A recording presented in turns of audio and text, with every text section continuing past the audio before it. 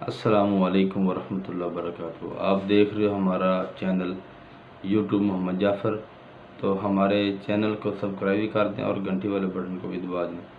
तो आज हम आपको बताएंगे शुगर का नुस्खा, जिनको पुरानी से पुरानी शुगर है और वो लोग भी इस्तेमाल करें और दुआ देंगे। और ये नुस्खा पेश खिदमत है, आप नोट फरमा लें।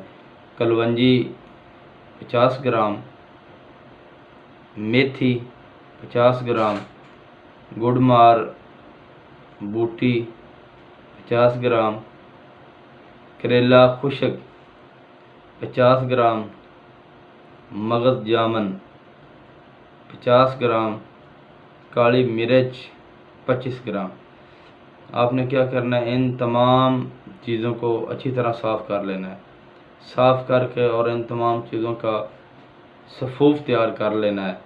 जब ये सफ़ूफ तैयार हो जाए तो आपने सेव कर लेना है, महफूज कर लेना है किसी अच्छे बर्तन में।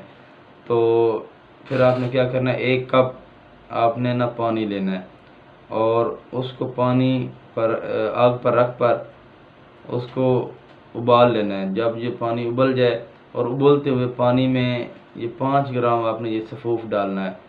उसके बाद आपने नीचे उतार लेना है 5 मिनट बाद।